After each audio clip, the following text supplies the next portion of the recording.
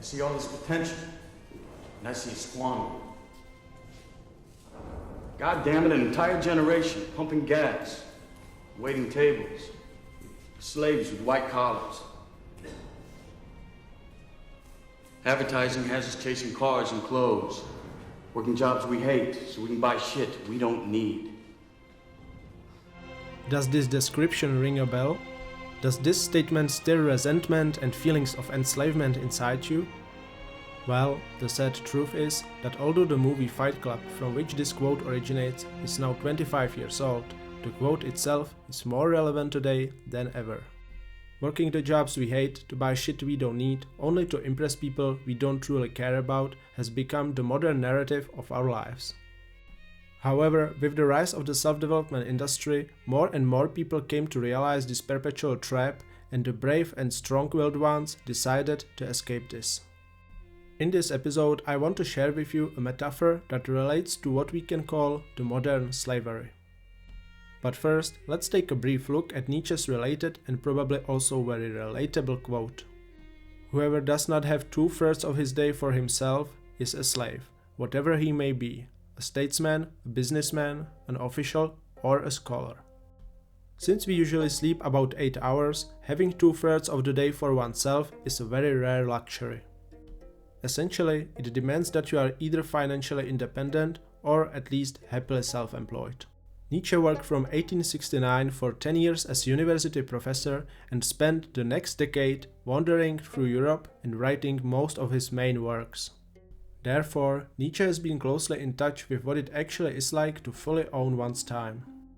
Unfortunately, back in Nietzsche's time, neither YouTube nor escaping 9 to 5 were a thing. I wish it was. Nietzsche would be definitely the coolest and most edgy YouTuber ever. But if we think about his philosophy for a second, he would probably encourage us by saying, "Where there is a will, there is a way," or something along those lines. Nietzsche has had a somewhat ambiguous relationship with the ancient Greeks and Romans.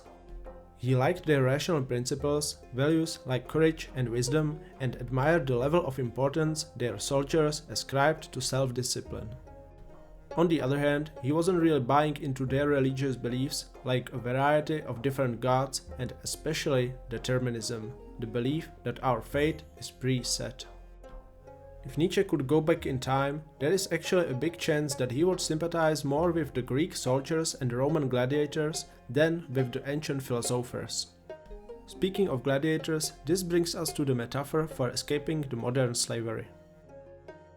Freedom is for lots of people one of the main, if not the main value in life.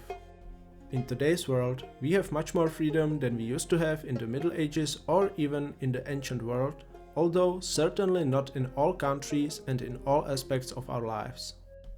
In the times of the Roman Empire, most gladiators had one or both of these desires, fame and freedom. Gladiators were elite fighters. Some of them engaged in the battles because of their own interest in money and fame, but most of the time they were captured as slaves by the Roman soldiers and thrown into the Colosseum to entertain people. And since they were not only forced to fight against their will, but also to risk their lives almost daily, most of them didn't dream about anything but freedom. However, this privilege was reserved only for the ultimate winner of the whole tournament. Only the one gladiator who survived all the fights he was put through could taste the sweetest feeling of all, an ultimate freedom after years of torture and slavery. Chasing financial independence, which in the modern day is usually the most often desired kind of freedom, works on a similar principle, however with two main differences. First of all, in money chasing, we usually don't put our own life at risk.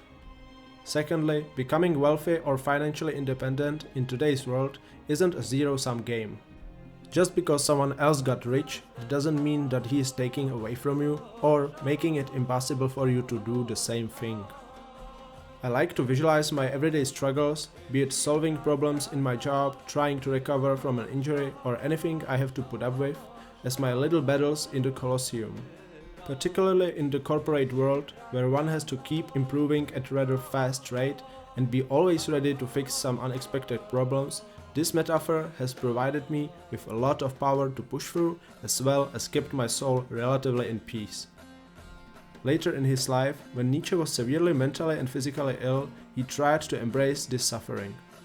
In your attempt to escape modern slavery, you too can embrace your own will to power and use the gladiator analogy.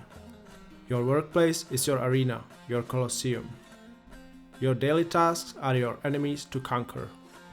Day by day, one problem after another, you can imagine yourself as the victorious gladiator who finally can enjoy the sweetest taste possible, the taste of freedom. Thank you for watching. If you found this video helpful, feel free to subscribe to the channel. See you soon, fellow thinkers.